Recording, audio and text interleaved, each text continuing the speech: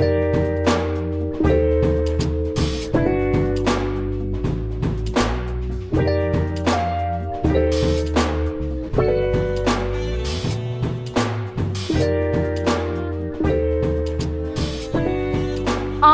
was really excited to talk to you because recently I have a house visitor and they brought this, which is yours, I believe, sir. It is mine. It is mine. So it's exciting. Do you want to start by telling me all about it, about this game that you've produced? Where's the camera? There it is. Exactly. So for listeners who aren't on video, what you've just held up there is a card from Plants Against Veganity.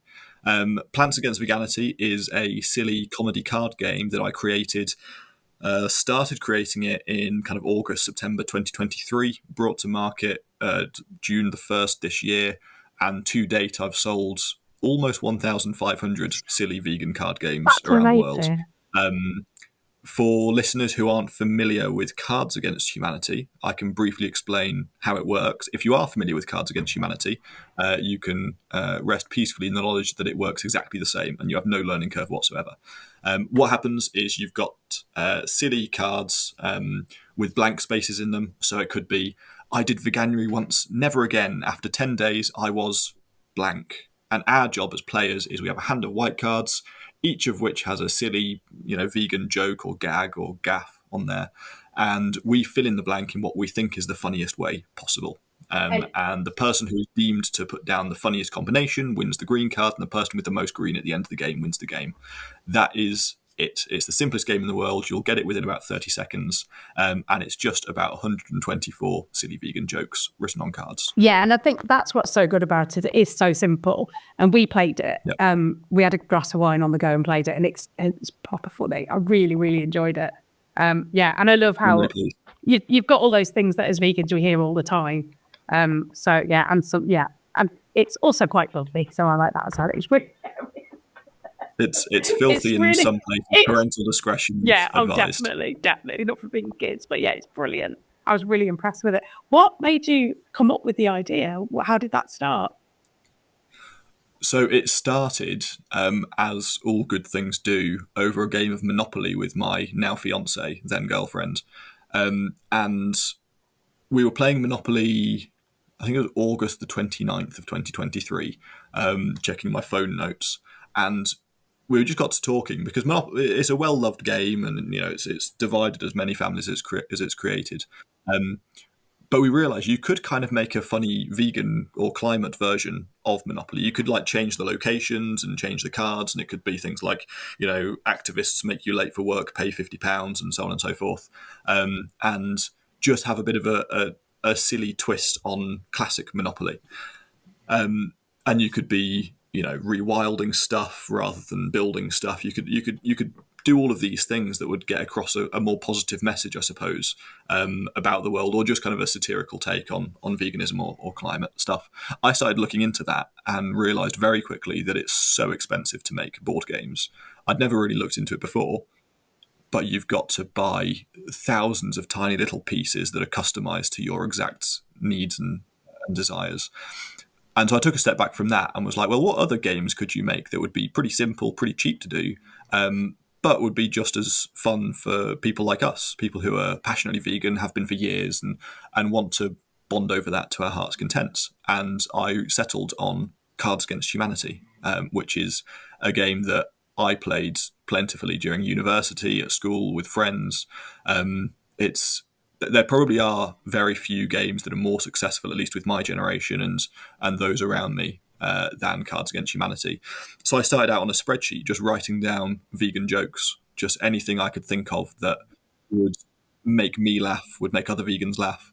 And it's possibly the saddest spreadsheet in the world because it was created by me just sat on my bed. But it's grown into something beautiful. There's very few people. And I think you're a friend of Lee Brace as well. So he's one of the relatively few vegan comedians who is out and proud about being vegan. And I wanted to kind of tap into a bit of his energy, I suppose, and those like him, and take veganism and make it funny. Because when something's funny, it's immediately more accessible, it's more memorable, people have a more positive interpretation of what you tell them. There's a thing in psychology called the humor effect, and the humor effect literally says just that. If I tell you a fact about how bad animal agriculture is or how doomed we are, I don't know if you can swear on the podcast. Can we? Yeah, you're fine. Oh yeah, so how fucked we are about the climate and so on. If I just tell you a fact about that, you will probably forget it within a couple of hours, almost certainly within a couple of months, and definitely within a couple of years, and it won't make any difference to you whatsoever. But people have a funny knack of remembering jokes that they've been told or silly gags that they've been told over many years. My granddad can recite off by heart thousands of jokes that he's heard, and most of them are terrible. But because they're funny, they stick with you. And so that's what I want to do. It's not to say that the subject matter of veganism, so the fact that animals are dying by their billions in factory farms largely, or the impending collapse of our planet's thin gas shield, none of these things are immediately funny or jokeable about. But if we're able to kind of turn the lens on ourselves as vegans and use ourselves for comedic purposes, I suppose, be self-deprecating, and also, take the piss out of non-vegans as well to quite a decent degree. If you make fun of everybody involved, you kind of make fun of nobody, but you also have the effect of tearing down those stereotypes, stigmas, taboos, the things people don't really want to talk about.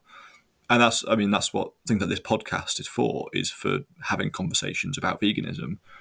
But if we also want to reach all the non-vegans, then I think one of the best ways of doing that is kind of surreptitiously through a little card game, and so that's what I tried to do, and that's what it seems to have done fairly well so far.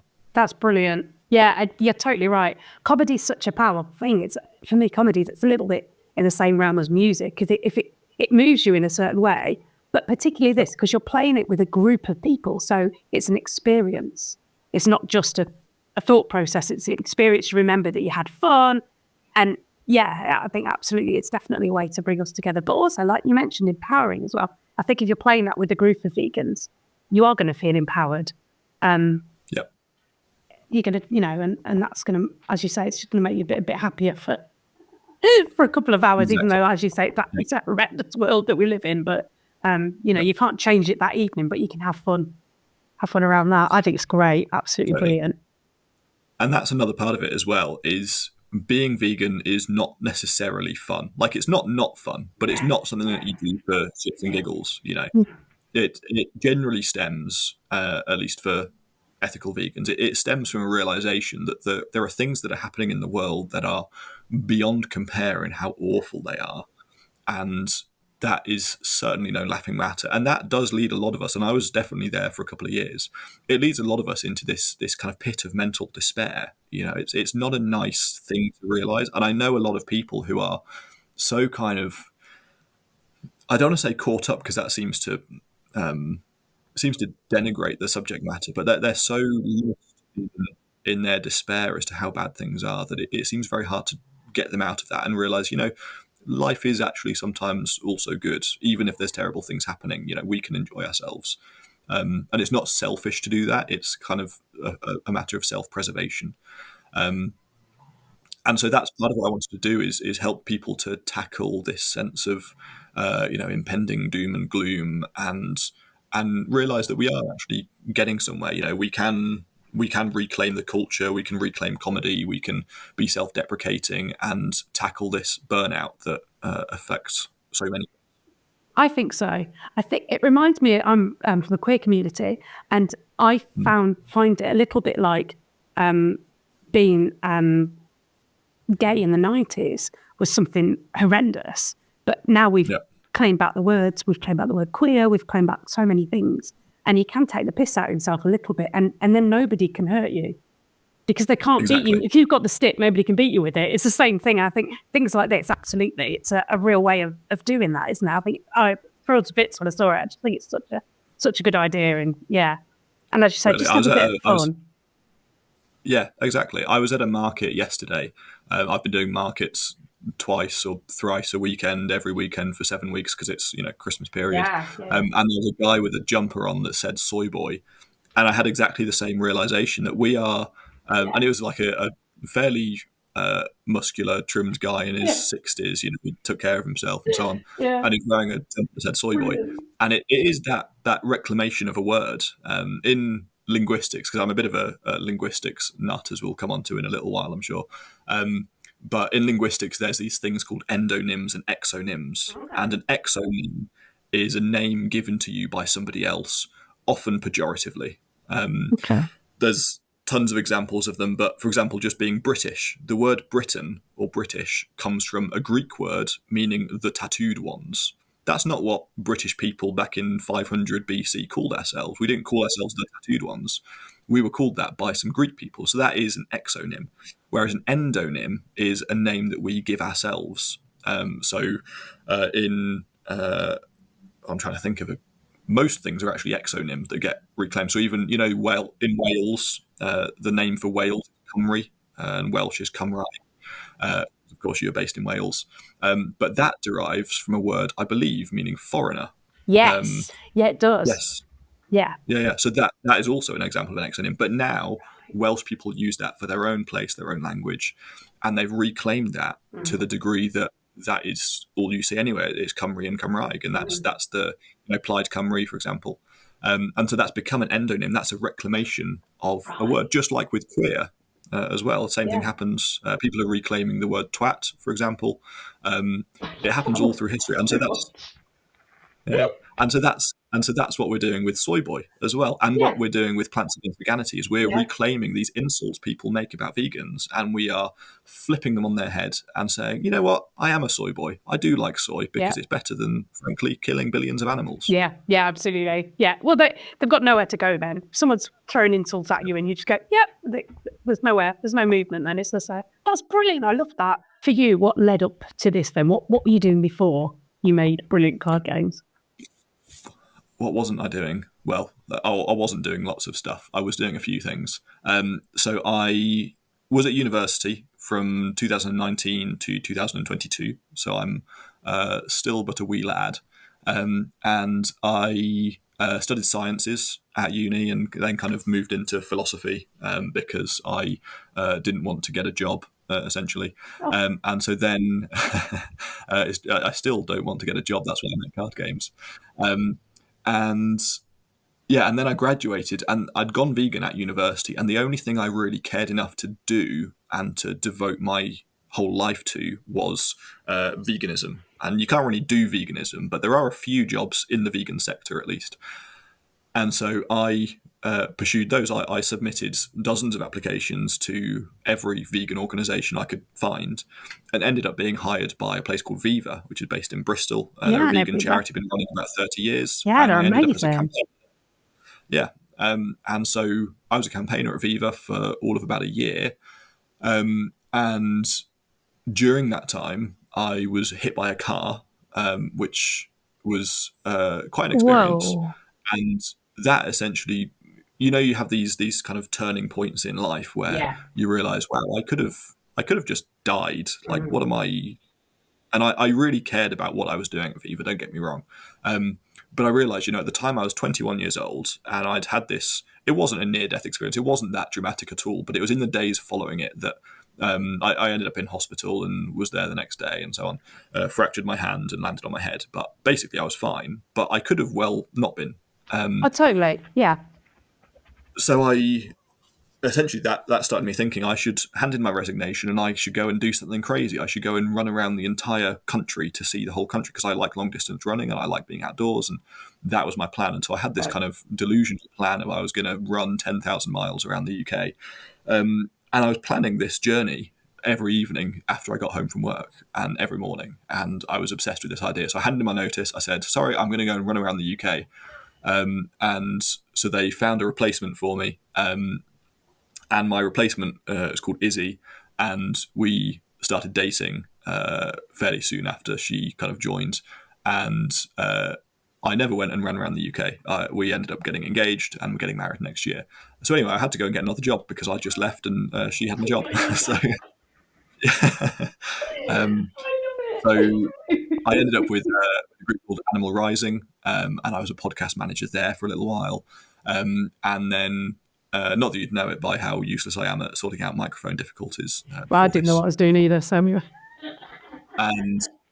And then I ended up just kind of fortuitously at a place called Omni, which is a plant-based dog food company. And so I was still doing this thing. Yes, I was still doing this thing of, I just want to do veganism. I just want to make vegan stuff. I want to be vegan, help people go vegan. That's been the story of my career so far. So I spent then about 18 months at Omni until I left about 6 weeks ago to do what I'm doing currently full time. that's amazing. So it's a little roundabout trip of a few different vegan organizations so far. I'm still early in my career, so I've not done very many things, but you wouldn't know that from how exhausted I've been the last 2.5 years since graduating. Yeah, no, I'm not surprised. But it's so exciting, though. It's so exciting, especially for someone older like me. So I'm 50. Hearing you, obviously I'm jealous of your youth, but to hear you starting that journey then, when I think my vegan journey only started 15, although I've always been animal rights advocate, it was vegetarian, so it's different. So that real burning passion didn't start for me until about 20 years ago. So to talk to somebody like you who's starting it at that age gives me such hope for the future, because this is exactly what we need, isn't it? It's, we need people doing amazing things. And you may think it's a silly card game. I think it's amazing, because to have something like that that can go into the mainstream is absolutely incredible. And I never thought I'd see the day where we'd be sat here talking to you about veganism with a card game. It's incredible. So yeah, thanks for bringing it, because I think it's awesome. And yeah, what a way to start your career as well with, Viva and, Animal Rising and Omni. Omni's a great dog food. Yeah, I know. I spoke to that because my background's veterinary, and I spoke to the lady who was involved with that. And, yeah, fantastic. That's brilliant. I didn't know your background was veterinary. Fantastic. Mm-hmm. Yeah, I was for a long time. So yeah, that's amazing. I know what I was going to say too as well. I don't know if this is a secret, but last time I saw you, you were in your dressing gown. Are you warmer today? Yes, the dressing gown is over on the bed over there. The dressing gown's still here. You're warm enough today. It's what I call the uniform of my self-employment. I'm just about coping with the temperature, but because I live in the highest in terms of altitude rather than, I suppose, drug use, and the coldest, the snowiest, and the rainiest town in the UK, which is on the top of a mountain in Derbyshire, basically. Mountain might be an exaggeration, perhaps, but it is certainly very cold here. And we live in an old stone miner's house as well, so there's just no insulation. Yeah, I know that feeling, yeah. I was impressed that it's probably wetter and colder than where I am, and that's quite impressive. But yeah, that's really, really good. What's next for you then? You're selling these at vegan fairs? Yes. So so I've been selling them at vegan fairs quite prolifically for the last couple of months at least, and they've done really well. And I've met so many hundreds, if not thousands, of very, very lovely people, and just had the absolute time of my life. Largely, I've been doing those whilst also working, not quite a full-time job, but pretty much full-time, and doing everything else that I do, and it's been a bit insane. I've been selling on Etsy, on Amazon, to my shame, and my own website as well. But what's next is we've just launched the Vegan Dictionary, which I'm very excited to kind of bring to the movement, because I feel like it adds quite a lot, I hope, to people's knowledge and understanding of veganism. And then I'm also developing quite a few more things as well, some of which I can't talk about, but some of which I certainly can. You could talk about the Vegan Dictionary, because my ears pricked up because you mentioned that to me. We were in a business meeting together, weren't we? And you mentioned it. I was like, oh, that looks so good. But I guess if you've got a love of words as well, then that's where that comes from. But that must have been a challenge. Exactly. Yeah, so the Vegan Dictionary, for viewers... on there. Right here. Oh, it's fabulous.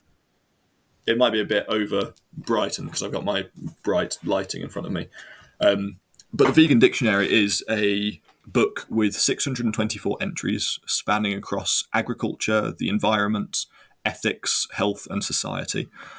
So just about every category of thing that's vaguely relevant to veganism. It spans from, meta-ethical framework, so things like threshold deontology, which is a way of thinking about morality that is relevant to at least some vegans, all the way up to how much selenium do I need in a day, or what is vitamin K, or what is disbudding or debeaking, is agricultural practices where animals have bits of themselves snipped off, generally without anaesthetic, and so on and so forth. So it goes through basically everything that you need to know as a vegan. So far, I've not found any word, and it's been published only a couple of weeks, so I'm sure I will, but I've not found any kind of keystone words in veganism that aren't in there. So it's pretty replete.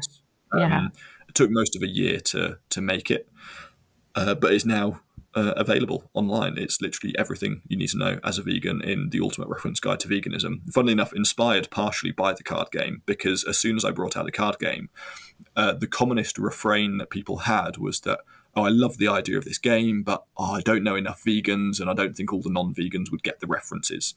So I was like, well, you don't need to know every word in Scrabble, for example. You have a Scrabble dictionary for that.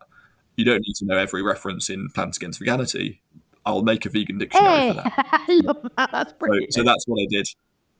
So it now exists. It's brand new. I've been working on it for many months with a brilliant designer who's also a vegan, and I also employed my sister, who is a vegan and studying at university currently, as a research assistant for it, just because I didn't have quite enough time to do absolutely everything. It's just launched, and I'm really excited about it. It's 70,000 words cover to cover. It's an absolutely monstrous thing, but hopefully is very useful to at least some people. Oh, that's brilliant. Yeah, I think so. To be honest, because I didn't know what to expect. Obviously, I've not seen it. But from the explanation you've given, it would be something that almost you could just, as a vegan, literally sit and flick through. It's not just a resource. It's not just a guide. You could just sit and look through it, and I'm sure we'd all learn something from it anyway. So exactly, I wanted to make it so that there's things that anybody can learn no matter what stage of the vegan journey they're at. So there's things in there from like a mammalomorphism, for example. Do you know a mammalomorphism? No. It's a term that's kind of analogous to an anthropomorphism. So when you say, the dog is smiling at me. Mm-hmm. Like, dogs don't really smile in the same way that we do. They're kind of panting and so on. But we call it smiling because we anthropomorphize. We make them in the shape of a human. Is literally what the word means. A mammalomorphism is the same sort of a thing, but in reverse. And so humans are mammals. We are animals at base. And a mammal is just an animal that kind of has fur on the outside and lactates and doesn't lay eggs generally, and a few other things, warm-blooded. But humans are just one of those. We're just a clever mammal that uses words for things, and that's basically what sets us apart. We also have hands and opposable thumbs and so on and so forth. But you can actually derive a lot of explanations about human behaviour from the mammal kingdom in particular, and the animal kingdom in general as well. And so from an ethical standpoint, if we stop talking so much about anthropomorphism and how we shouldn't anthropomorphize, why don't we actually start mammalomorphizing? Why don't we start explaining humans as animals just like other animals are? And if we start doing that, then what's to stop us from viewing ourselves more or less on a kind of a moral a level playing field with these other animals, and then suddenly saying, you know what, why are we actually eating them? Because we're the same as them. And so that's a concept that's pretty niche, to be honest, but is, when you explain it that way, it's quite a powerful one, and it shows that it really is. Because we're so obsessed with viewing ourselves as the pinnacle of the animal kingdom, and in some senses we are, in that we invented concrete, but I can't echolocate or do all these other wonderful things that animals can, but we do have quite a lot in common, and we should focus more on our commonalities than our differences. And we should probably, therefore, if we know that humans don't want to be eaten, we should probably also not eat all of these non-humans as well. Yeah, absolutely. Yeah, that's a brilliant way of looking at it. Yeah, absolutely fantastic way of looking at it. And what was that called again? A mammalomorphism. Brilliant. I've never heard of it. That's amazing. Yeah. See, I've learned something already. I'm going to have to get this dictionary. Exactly. Well, I had to dig deep for that one. So there's a lot of terms in there anybody will know. But I tried to include some things in there that I'd found in my various researches over the last many years of, 5 years of being vegan, for much of which I was a philosopher as well. So I was kind of knee deep in my academic years in like this kind of thing, because I particularly liked researching ethics and animal rights and, scientific research ethics and so on and so forth.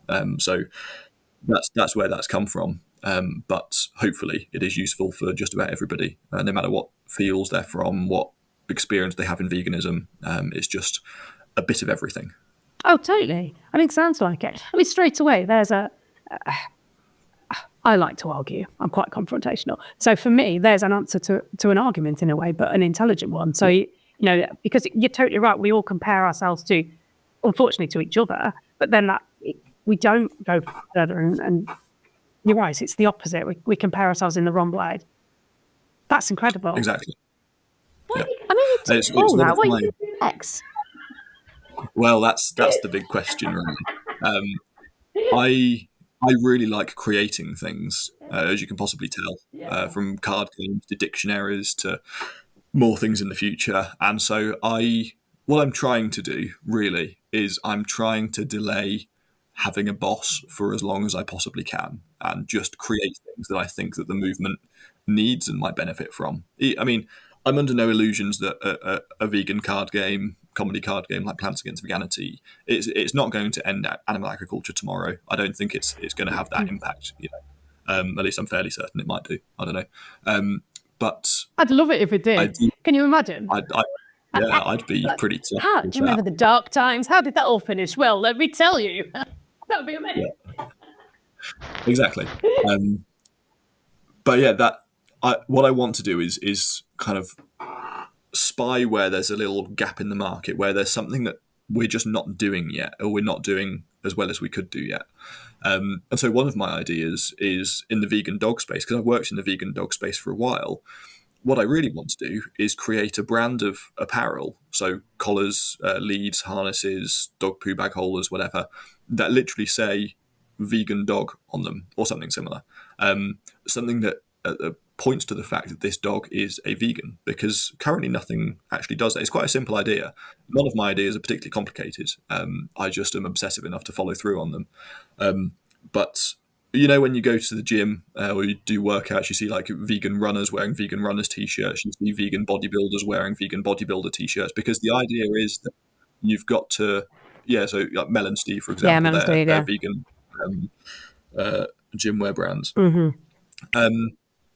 The idea there is to prove to people that you can be fit and healthy on a plant-based diet. It's absolutely fine. There are no issues whatsoever with doing that.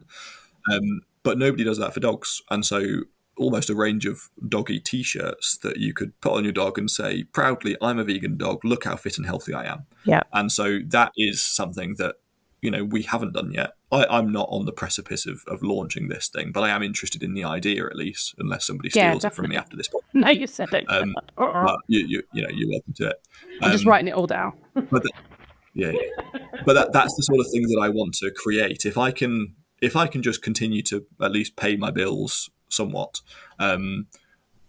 by just creating things that I think vegans would benefit from, and more so the movement would benefit from, and therefore non-human animals would benefit from, that is really what I want to be doing. So similarly, 2025's big project for me, with This Is Not a Game at least, is that climate-themed Monopoly game that I wanted to create, because I feel like, for better or for worse, the climate is a more appealing movement for many people. A lot more people are environmentalists than are vegan. People view the climate, at least generally, relatively positively, and do believe that we should protect that, whatever that means for them. They're not willing to think the same about animals. But what I want to do is create a kind of funny, satirical Monopoly game, or Monopoly style game, that gets across important climate and ethical messages surrounding animal agriculture. So the way of doing that, it sounds on the face of it like a pretty difficult thing, and it is pretty bloody difficult, to be honest. But that is my big goal for 2025. I want to launch that and launch it well, and hopefully launch it in a way that it gets into some pretty big places. So, board game stores, for example, would be fantastic, because they don't have vegan audiences. They just have general people turning up wanting to play some stuff. And if, like with Plants Against Veganity, if I can use satire and board games and comedy to get across positive ideas, that's a really powerful way of infiltrating the culture and, bending it to, I want to say bending it to my will, but more so bending it to the will of, what is good and right, which is protecting animals and protecting the planet. So that's the sort of thing that's next. Whether that materializes, we have yet to see. So, I've got a very good friend of mine who's board game mad.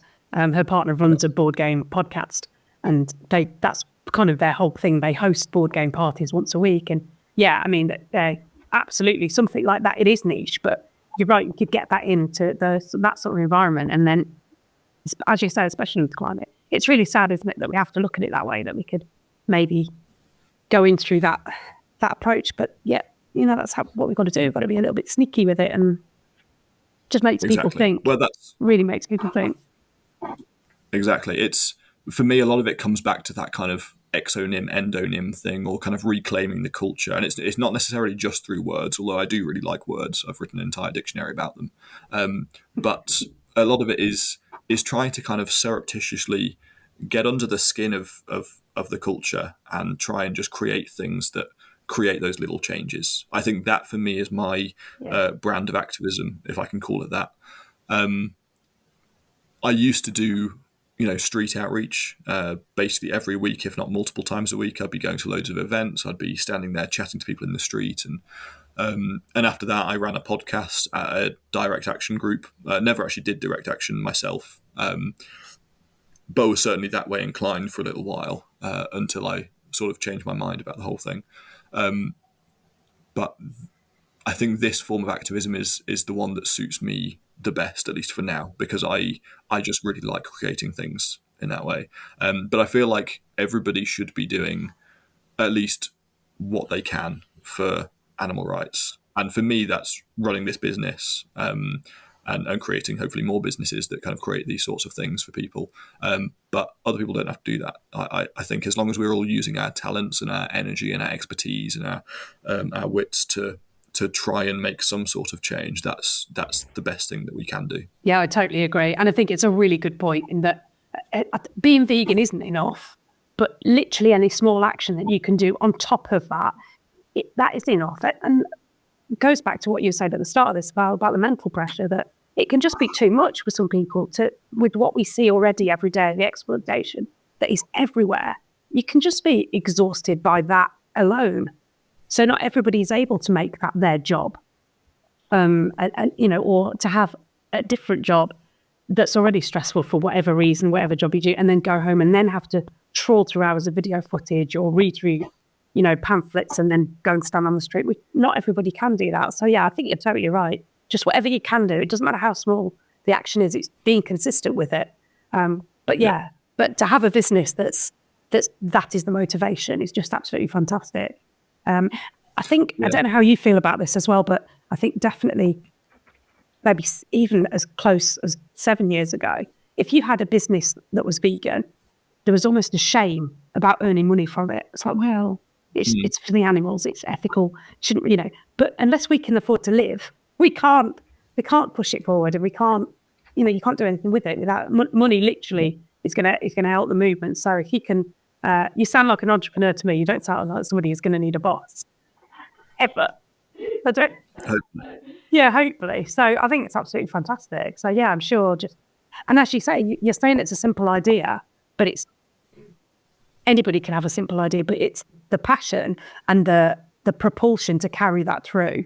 That's what you've got that a lot of other people haven't got, and it's just the, and that's what makes you able to work for yourself, isn't it? Really, forget veganism as such. Just anybody that's self-employed, you've got to have that momentum that you're going to get up and you're going to work every day, and that's how you are. So you combine that with passion and the fight to want to make a difference. I think it's absolutely fantastic. You can do anything. Well, you say that there's a few points there. One of which is that the thing that sets me. This is the idea of what you said. I've just paraphrased it, but the thing that sets me apart is the fact that I follow up on ideas and kind of keep them going.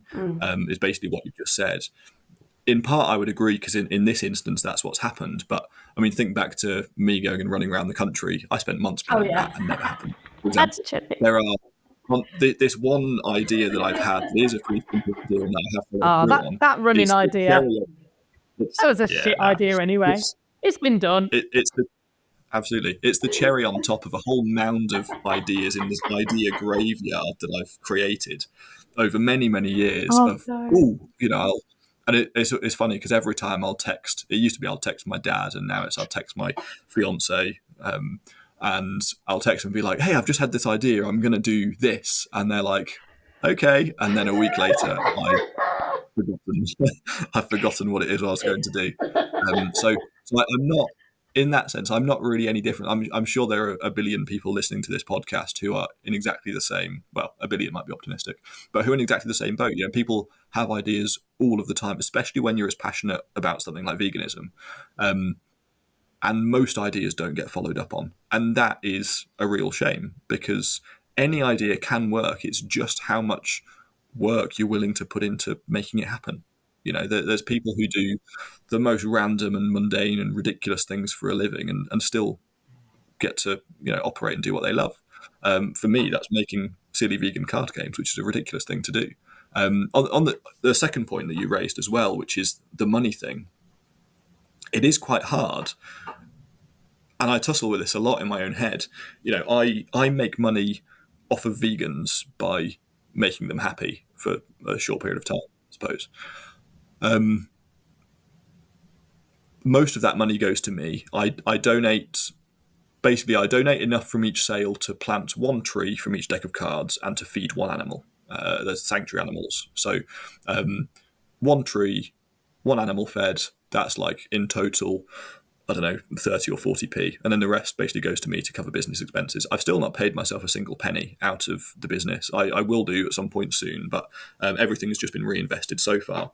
But there is a certain element to me that I could donate more. I could do more. I could take no money out of it ever and just donate everything to charity, because that is surely better than taking any money for myself, because as long as I can find some food in a bin, I'd be fine. And so there is part of me that sort of thinks that way. But on the guilt of I suppose running a vegan business rather than a vegan charity or charitable business, I think the best things happen when they're paid for.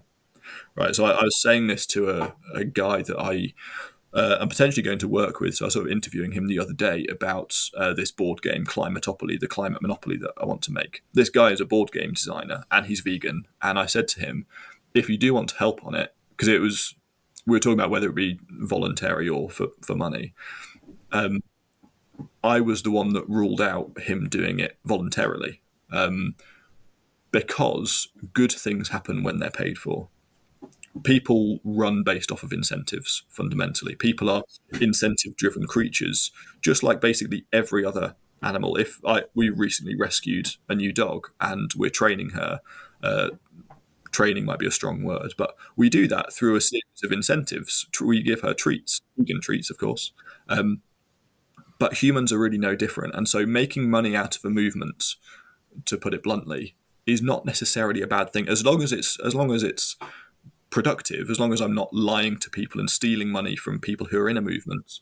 But if you run, say, a vegan shop, as I know you do, you're like taking money from the vegans in order to fund your lifestyle or whatever. That's a very cynical way of putting it. I don't think that guilt should be there. Ultimately, business is the only reason that veganism has currently come as far as it has, because no government in the world actually supports veganism in any meaningful way. There are no, as far as I know, basically every country in the world subsidizes animal farming intensely, has very, very close relations with animal farmers. If your dichotomy is public versus private sector, the private sector does some awful things. The public sector does some awful things as well. It's only when you have a vegan with an idea who gets a bit of funding or bootstraps their way up and creates a business that you're able to have something like Beyond Burger, or you're able to have all the tofu brands that exist, or you're able to have Plants Against Veganity or Your Vegan Store. All of these things only exist because business works. And so I'm not the most proud capitalist in the world, but I do think that there's a tendency, especially in the vegan movement, to say, oh, well, if you're making money out of something, if you're profiteering off of something, then you're evil. I just don't think that works mathematically, because it's only by business that you're able to have the plant-based food aisle that you have. Yeah, it is. It absolutely is. Yeah. And also we're not going to be able to change the capitalist system. That's not something that we're going to be able to do, like one battle at a time. Maybe as a society in Britain we could eventually, but you've got to have all the people on board to do that. So you have to learn to go with it. You do, which exactly it's a terrible thing to admit, but you have to. You absolutely have to, because you're not gonna break it, and you're not going to change it. Even when we have overthrown the capitalist system, not we personally, but in the grand span of human history, things haven't really been better, I suppose. Capitalism has so many problems with it, but so does every other system. And I think what that comes down to is the problem isn't necessarily capitalism. The problem is human beings ourselves. Because we're incentive led, like I've just said, it's important that vegans get paid for what they do to advance the movement forwards. But by the same token, a lot of people are incentivized by different things. People are incentivized by going on a fancy holiday, by flying 3 times around the world or something and emitting more carbon than most people will emit in their lifetimes. That is an incentive structure. There's loads of incentives that you could take. People are incentivized by things personally, socially, politically, financially, sexually. There's so many different sorts of incentives you could take, and that basically determines what humans end up doing, because we're mammals who like incentives. What we need to do is not necessarily overhaul the system or anything like that. We can play to whatever system we're in. I'm a big proponent of, I suppose, creating an incentive structure that makes veganism more palatable, I suppose, that pushes veganism forwards. So whether that's creating funny games or using vegan comedy, or whether it's creating a subsidy system that makes plant-based food a bit cheaper and animal-based food quite a lot more expensive, that would be a really good thing. It wouldn't be the only answer, of course. No, but it would be a good start. Exactly. It's very carrot and stick, and I feel like if we just use the stick, then we're not going to incentivize anybody to go anywhere. Similarly, just using a carrot isn't really going to work. What we need to do is start thinking about things a bit more strategically, I suppose, and trying to overhaul things from the inside rather than the outside. And so that's, even though I just make silly vegan card games, that's kind of the bigger picture to what I think I'm trying to do. I think so. Well, I think that's why you do yourself a disservice calling it silly, because I think it's a massive thing. It's a huge thing, especially for, somebody, like I say, I know I don't want to bring up my age again, but to bring up that thing where it's like, oh, is anything never going to change? And for me now, seeing all these vegans and this being out there is just absolutely incredible. How do you feel about the way things are moving? Obviously, we all want it to change quicker. We all want it to change overnight, but it's not going to happen. How do you see, if you could crystal ball moment sort of into the future, how do you think things might go? That's a hard question. Yeah. I think I am roughly optimistic, largely in the sense that humans have always been better at adapting and inventing than they have at actually just stopping doing stuff. So, for example, the invention of the car happened in 1901 or 1897 or something by Henry Ford, and he created the Ford Model T. But the reason that happened is because things were so bad in cities like London because there were horses everywhere. So everybody travelled by horse, and what that meant was there was horse poo everywhere. Right, that's just the natural consequence of having thousands, if not millions, of horses in a single city walking down streets hundreds of times a day. And so these piles of manure would just pile high at the side of basically every road, creating huge public health hazards. And people were incentivized. Yeah, that's amazing. Yeah, so that is the situation in basically every major city around the world. And people are like, what the hell are we going to do about this? Are we going to have to build a new city somewhere else and move everybody to that city?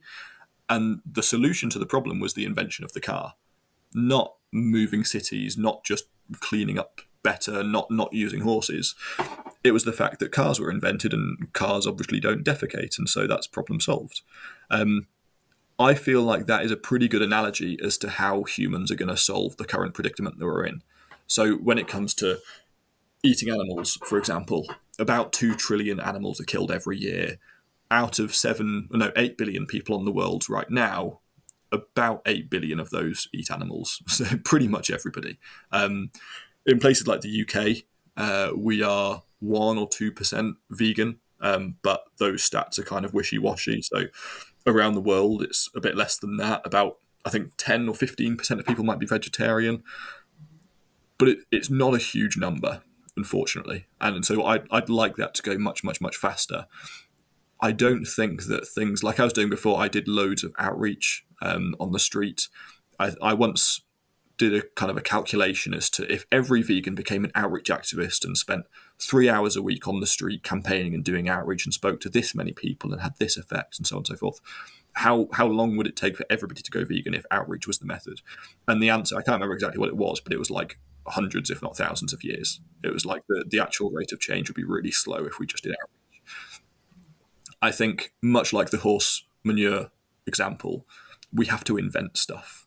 We have to create things that solve the problem. And I think probably the biggest thing we could create is commercially viable, publicly trusted, cultivated meat, most likely. And it's quite a controversial topic. A lot of vegans don't like it. You get the reasons why. A lot of vegans say, I support it, but I wouldn't eat it myself. Again, completely get the reasons why. I probably fall into that camp. But I think the invention of cultivated meat that is actually cruelty-free, kill-free, slaughter-free, animal-free, it would be cheaper, more resource-effective, more climate-friendly, far more ethical than current kind of traditional meat. That's the way I see things going. I think we are currently we are basically people who live in a London that is full of shit, essentially. And not that either of us live in London, but metaphorically speaking. And I think the thing that's going to get us out of that is Henry Ford inventing the Ford Model T. That's a brilliant way to look at it. Yeah, absolutely. And yeah, I agree that the whole cultivated meat thing it's so triggering for so many people, isn't it? And it's really difficult. Yeah. I would fall in the same. I've never eaten meat, so for me, purely the texture of it, I just like, what the heck? So yeah, I mean, it's just so odd. But for that new, the new vegans that are coming up now, and in 20 years' time, people are going to be so different. I mean, everything's going to be different again in 20 years. So if that's the new normal. And I think also once I saw a study recently where they were talking about new normal and how people accept things, and you have to have a certain percentage, don't you, to accept. And once the population goes, once an idea goes over a certain percentage of acceptance, everyone will just go, oh yeah, okay, we're doing that then. Because I think we're all really similar. Is it 13% or something? It's not hard. Something like that. Yeah, it's not very high at all. So you just need to just push it a little bit. Yeah, absolutely. Yep. That's a really good way of looking at it. I never thought about the Model T, but that's brilliant. That's absolutely. I think brilliant. what's going to happen as a result of that, and this is kind of a reflection of my linguistic nerdiness, I suppose. But what probably will happen is the word vegan will just stop being a thing that we use. It's going to, or it will start taking on a different meaning entirely. But I can imagine there's going to be lots of vegans who don't think of themselves as such because they eat chicken, they eat dairy cheese, they have dairy milk in their coffee, they do this, that, and the other. But all of it is cultivated, and they're probably, I mean, most people are fairly low information in that they're low information voters. It doesn't take lots of information for them to make a decision. If they walk into the supermarket, most people just accept information like the colour of the packaging, what it says on it, what it looks like, the price. That's the amount of information you need to give somebody in order to get them to make a decision to buy something. Vegans generally are fairly high information. We walk into a supermarket and we're like, let me turn over this pita bread and read every single ingredient, every single E number, and see everything about it. And also I'm going to Google the brand just to make sure they don't do animal testing on the side. That is a high information person. Most people don't do that. Most people don't do anything like that. And so most people could become vegan without even realizing it because they just don't access the information that's necessary to know that they're a vegan, but everything they have is cultivated. That would be a very good world to live in. Yeah, it would. Yeah, it would actually. And also most people, they're busy and they're lazy. So if they're walking into a supermarket, they don't want to. That's the hassles of being a vegan, isn't it? If you can just say, right, you can eat all of this, then that would make life so much easier for people. So, that's interesting. I do predict, though, that there will be a holdout faction of people. So currently in kind of the podcast bro space online, there's loads of basically men like me, people in their 20s, early 30s, who have podcasts with millions of followers, and they all kind of trumpet the same tune in the sense of you need to wake up and do a cold plunge, and then you need to go in a sauna, and then you need to eat raw meat and drink 3 eggs for breakfast, and then you need to work out, and then you need to, and all of this is at before 4 a.m. by the way, and then you need to stare at the sun with your eyes pinned open so you get your vitamin D. I know. Oh my God. What gives me hope? Do you know what gives me hope for those is the ever rising group of feminists and the ever rising group of women that are online just going, you do that, love, and we'll just stay over here. Hopeful. I'm hopeful that that not just the vegans, but the people that are just so repulsed by that kind of guy. It's like, nah, fine. You do Exactly. that. It's a very it'll weird die out sort eventually. Exactly. It's We a are very living weird weird sort of times. movement, but I think people like that have always existed and probably will always exist. I think it's a very natural instinct to want to kind of optimize yourself. I think that's what it is. It's trying to turn yourself into like Optimus Prime, the Transformer, who, can do anything and assume any shape and conquer any task. It's a very natural thing, and it is human nature because, again, humans are mammals. I think those are the sorts of people who, in 20 years' time, when cultivated meat is everywhere, they're going to be the ones who have their little section of the supermarket where it's like, this is an actual traditionally slaughtered chicken, and it costs 10 times more because of how much effort and resource and energy you have to put into it. But you can still have it, and so that's the sort of thing that's going to happen. But it will be a turning of the tides in a quite significant and spectacular fashion, I hope. Oh, I love that idea. That would be great if that was the way it went, wouldn't it? It'd be amazing. I love it. You're hopeful. This is fantastic. If you could go back to, so you're like 20 something. If you could go back 23. to 23, you're so young. So if you could go back to when you were 10, is there something you would tell yourself?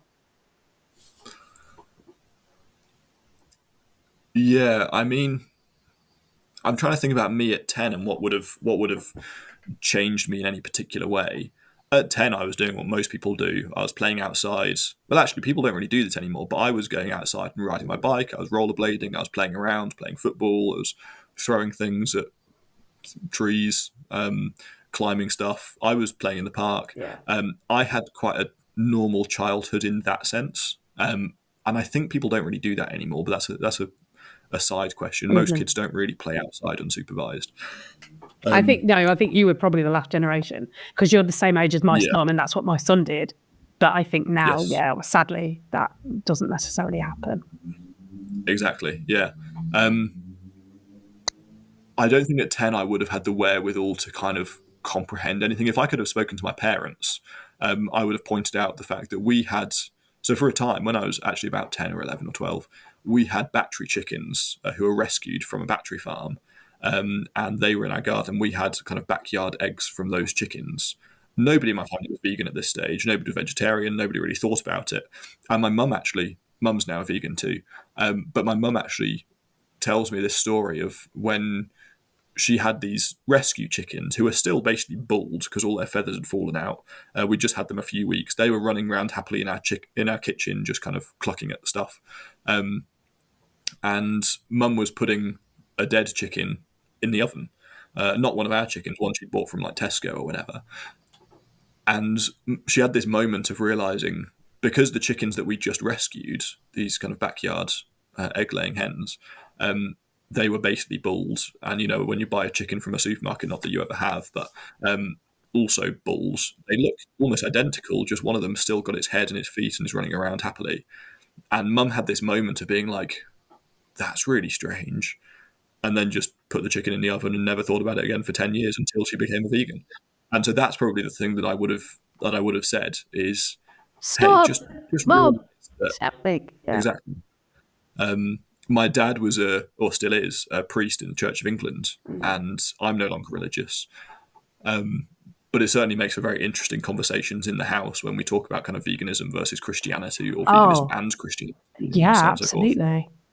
And I would have probably pointed out that how can, to him at least, how can you believe in an all-loving God who is ultimately kind, ultimately generous, who nevertheless created animals who have nervous systems that can be capable of feeling intense pain, and justify then eating those animals? Surely a God who was super kind would at least make the animals not have any nervous systems, not feel any pain. Yeah, absolutely. And then say, okay, you can eat those ones because those actually, they don't feel anything. They're just kind of beast machines, in the words of Descartes. But if you do genuinely accept the science that animals are sentient and believe in the theology that God is all good and all loving, then surely eating animals is a very, very bad thing to do. It's a very, absolutely. There's a guy called Stephen Lee August over in the States who, I don't know if you know of him. He's written a book. It's called The Vegan Heretic. And that's his whole thing. He goes out doing street activism. He's a Christian. And I'm not either. I'm atheist. But he goes out doing his whole activism is trying to convince other Christians and other religions. It's like, why are we doing this? And he's an incredible guy. So, you should check his book out maybe for you to ask. But that's a difficult one. I think family, it's so hard with families, isn't it? And, you can't make them change but as much as you want to. But maybe eventually. Maybe you get them playing this game over Christmas. Exactly. Well, that's another part, just circling right back round to the start, is that's another big reason behind the creation of Plants Against Veganity is it's so difficult talking to the people that are closest to you about veganism. It's by far the hardest. And I've done a lot of, as I mentioned, street outreach, not done any in quite some months now, if not a year, just because I've been so busy on the business. But that used to be my thing that I was really good at as well, and I really enjoyed. Because, as you can probably tell, I like the sound of my own voice and also talking to people and talking about ideas around veganism. But where was I going with that? About talking to the people closest to you. Oh, yeah, of course. But what I found is that if I just took those same kind of principles and went home and talked to my dad or my mum before she was vegan, my stepmum, my siblings, my friends, my girlfriend at the time who wasn't vegan when I was at university, just after I had gone vegan, I found those conversations were really challenging because you kind of have these expectations of the people that you love that they are going to just be, as soon as you've told them something, they'll be 100% on side. Yeah, and then you want them to just go like, they are the most difficult. You've told me this information, I must act on it now. And actually they tend to just go, exactly. Rory's just said this thing, isn't that nice? Pass the chicken. Yeah, it's so frustrating. Because in their mind, you are still, I think it's a lot of people, it's always the people that you're very close to immediately before having gone vegan. Then after going vegan, part of their mind, if not a lot of it, is still thinking of you in the pre-vegan sense. Yeah. Or thinking about you even when you were a child, in the case of parents or grandparents. And part of them is thinking, oh, this child has come to me with this funny little idea. I'm sure it'll pass. Yes, Rory, you can be an astronaut if you want to. It's definitely that. Yeah, and you've changed and they haven't. And I think it's really difficult to remember that. We need to wrap this up. This has been absolutely amazing. Thank you so much. You should. Where can people buy your game, buy your dictionary, and where can they find you? Because you're really interesting to listen to. So I'm sure your Instagram is great as well. Yes, so you can find me at This Is Not a Game Co on Instagram. The website is thisisnotagame.co. The Vegan Dictionary is available on there. Also, it's got its own website, which is launching by the time this episode has come out, at thevegandictionary.co as well. And my name's Rory Cockshaw. You can Google me and find all my stuff there that way as well. That's amazing. Thank you so much. I really appreciate your time. Thank you. Thank you very much. Thank you for having me.